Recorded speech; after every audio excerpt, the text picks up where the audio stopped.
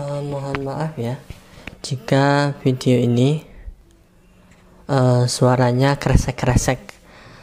Nggak tahu nih kresek-kreseknya dari mana ini.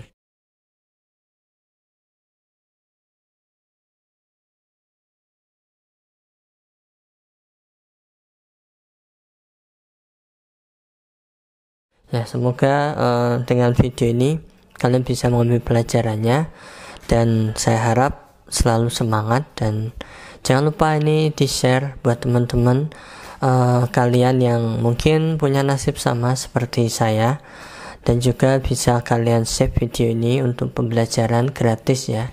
Dan jika ada yang kalian tanyakan bisa kalian komen di bawah aja, insya Allah nanti akan saya balas ya, insya Allah.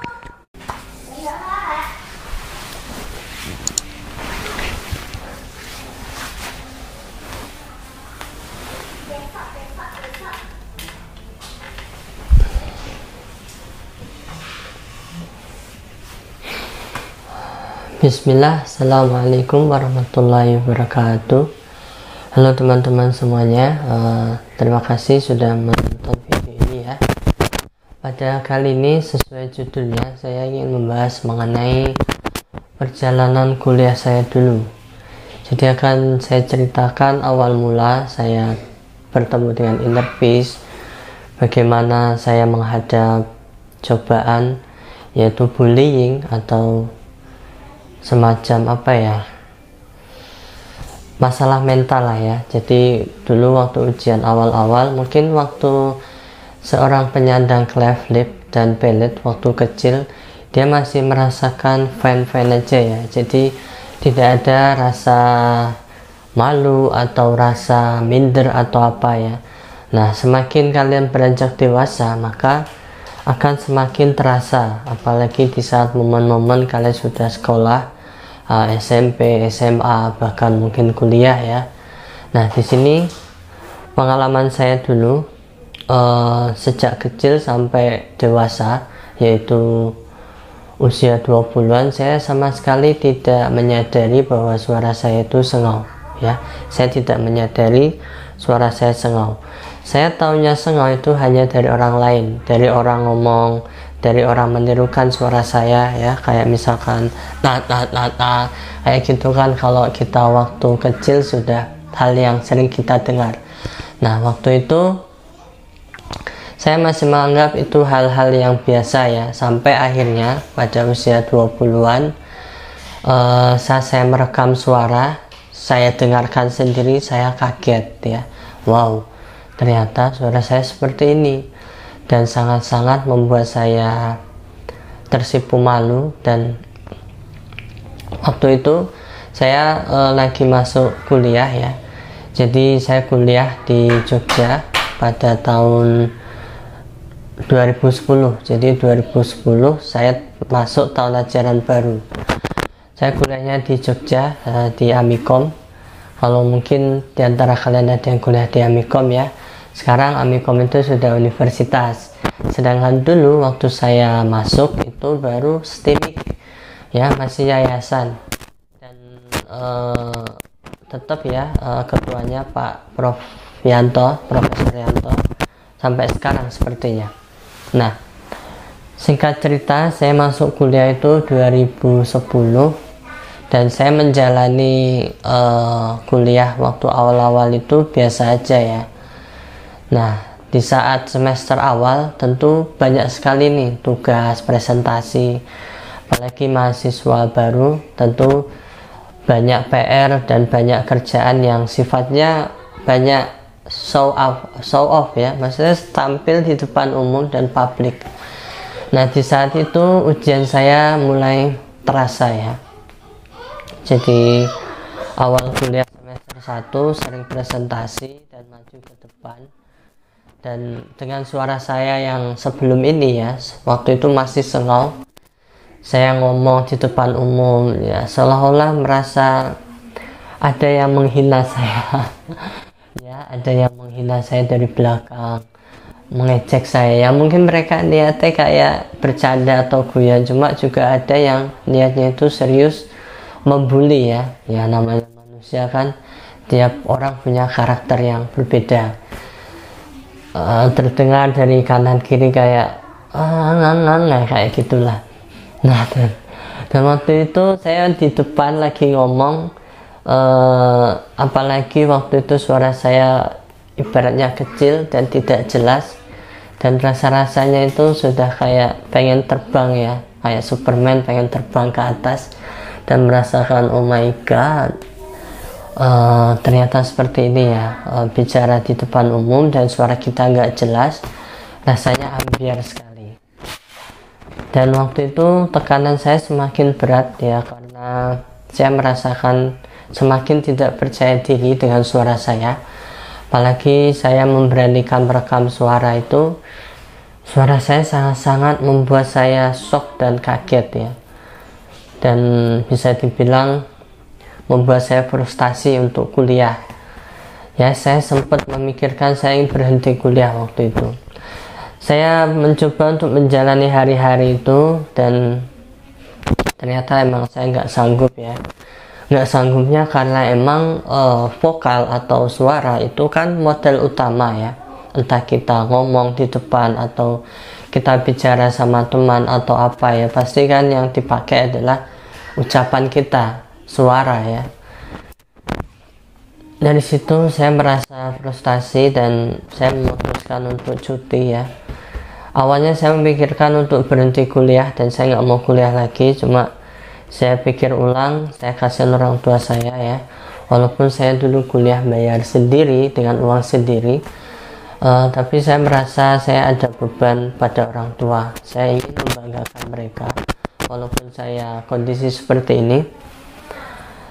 Akhirnya saya memutuskan cuti, dan waktu cuti itulah saya lebih banyak di kamar ya. Di kamar itu saya mempelajari bagaimana suara saya ini bisa berubah, intinya seperti itu. Nah, waktu cuti saya tidak kepikiran nih ya, tidak kepikiran sama sekali untuk ikut terapi bicara atau semacam pelatihan biar suara nggak sengau. Waktu itu nggak kepikiran ya, atau emang mungkin waktu itu masih sangat minim informasi dan minim pengetahuan tentang dunia clef ini, sehingga waktu saya dulu bisa dibilang mencari referensi itu dengan otodidak ya, maksudnya belajar sendiri tanpa bantuan terapis. Nah, itu yang saya lakukan. Makanya video-video ini saya buat, ini tujuan utamanya adalah membantu kalian untuk mencari informasi, atau berdasarkan pengalaman saya ini bisa kalian ambil pelajarannya, bisa kalian tiru atau bisa kalian modifikasi, yang pada puncaknya adalah kita memanipulasi suara ini agar tidak sengau ya. Oleh karenanya waktu cuti kuliah itu ya, saya ambil cuti 1 semester, dan sebenarnya sama dosen saya dibilangin kalau mau cuti jangan sekarang ya. Kalau saya cutinya semester 2 otomatis nanti saya ngulangnya dari 0 lagi. Dan waktu itu saya memilih yaudah Pak, nggak apa-apa ya. Sebenarnya dosen saya nyaranin kalau cuti itu nanti di semester 2 aja gitu, tapi saya bilang saya ingin cuti sekarang aja. Dan memang waktu itu selain cuti saya juga fokus cari uang ya, fokus untuk nabung dan biaya kuliah saya sendiri, karena saya di Jogja dulu ngekos, nggak ada bantuan, maksudnya nggak ada orang tua, nggak ada saudara ya, karena orang tua saya juga di NTT, jadi saya serba usaha sendiri. Nah, momen-momen waktu cuti kuliah itu saya manfaatkan untuk belajar. Nah, gimana cara saya belajar? Yang paling jelas dan yang paling ringkas, simple itu adalah saya tidak sengaja merekam suara saya waktu baca Al-Quran ya. Waktu baca Al-Quran saya merekam, tapi waktu itu belum saya dengarkan ya, saya tinggalkan begitu saja. Dan tiap malam saya kalau mau tidur itu biasanya saya nyetel suara murotal saya sendiri ya, karena waktu sebelum saya kuliah saya dulu sering ikut kayak kajian-kajian gitu, jadi saya bisa hafal beberapa juz ya, Waktu dulu 5 juz, tapi beriringan waktu ya lama-lama hilang. Ya mungkin faktor dari waktu dan kesibukan juga ya. Karena saya punya modal atau basic hafal beberapa surat, jadi saya suka merekam suara saya baca Al-Quran terus saya save ya. Waktu saya rekam itu saya pakai Nokia ya. Saya masih ingat betul HP pertama saya itu Nokia C5. Itu belum kayak HP sekarang ya, bukan kayak HP Android, enggak. Jadi rekamannya masih dari bawaan aplikasi, dari bawaan HP-nya, jadi bukan dari Play Store gitu. Saya pakai Nokia C5 buat ngerekam, terus saya kalau mau tidur tuh saya putar ya, jadi kayak semacam penghantar tidur saya. Berjalannya waktu beberapa hari, beberapa minggu, saya kaget ya.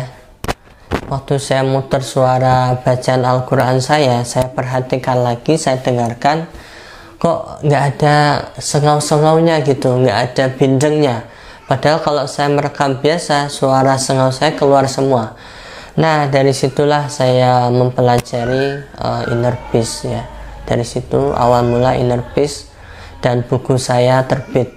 Jadi kalau kalian ingin mempelajari lebih sistematis dan lebih struktur, saya menyarankan dengan buku ini ya.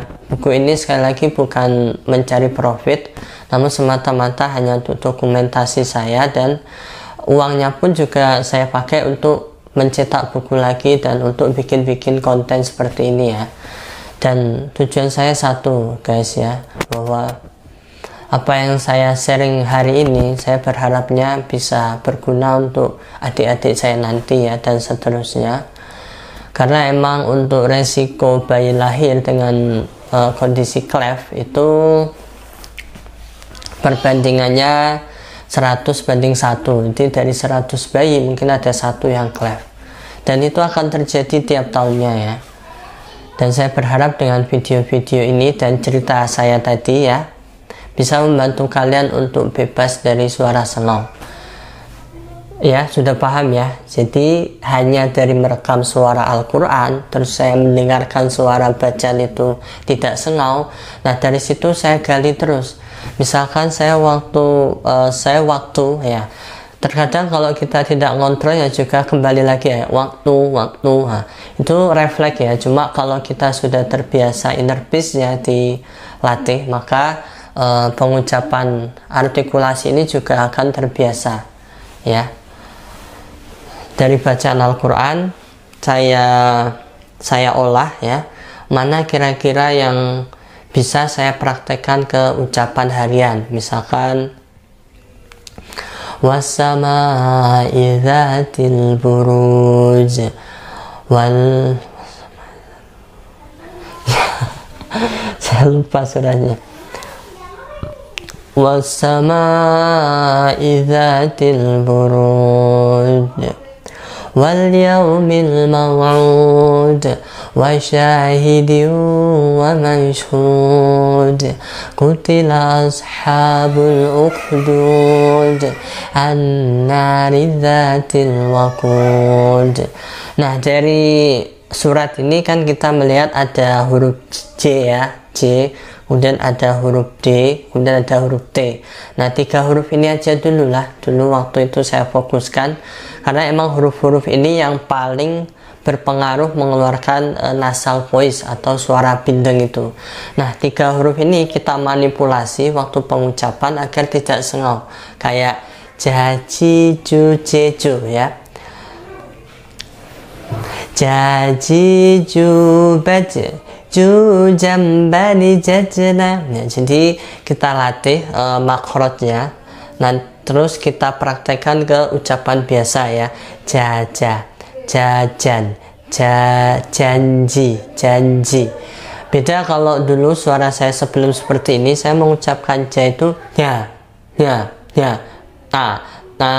hi, tu, pe, no, ni, tu, ne, to, dan itu suaranya masuk ke sini ya, atau huruf D ya. Dongki. Kalau dulu dong i. Cuma serius ya, waktu sebelum saya kenal Inner Peace, suara lama saya itu sengau, cuma saya tidak menyadarinya. Nah, buat teman-teman kalau masih tidak percaya ya, kalau suara kalian itu sengau atau bindeng, kalian bisa dengan merekam suara, nanti akan ketahuan ya. Oke, mungkin sekian video kali ini. Maaf ya, mungkin alur ceritanya kurang menarik atau kurang terstruktur, tapi saya harap inti dari video saya ini bisa kalian tangkap ya. Sekian dari saya. Wassalamualaikum warahmatullahi wabarakatuh.